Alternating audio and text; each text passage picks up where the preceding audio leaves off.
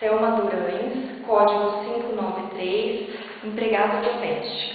Qual a sua idade? 40 anos. Seu estado civil? Casada. Há quanto tempo? 18 anos. O nome do seu esposo? Reginaldo. Qual a profissão dele? Ele é autônomo.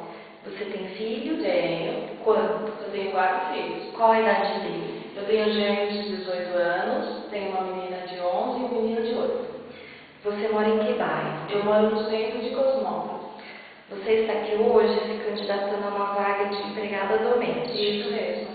Você relata uma experiência na casa do Sr. Aldair. Isso.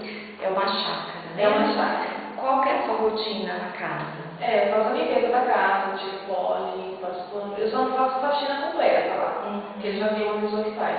Lavo, passo a roupa deles. Você faz a manutenção. A manutenção, isso. E você trabalha lá eventualmente? Sim, sempre que precisa. Às vezes eu vou todo dia, às vezes vai umas 3, 4 vezes por semana. Às vezes eu preciso dormir lá, ele pede pra mim dormir, eu durmo lá com ele. E a casa tem criança? Tem, final de semana fica cheio. Tá, joia.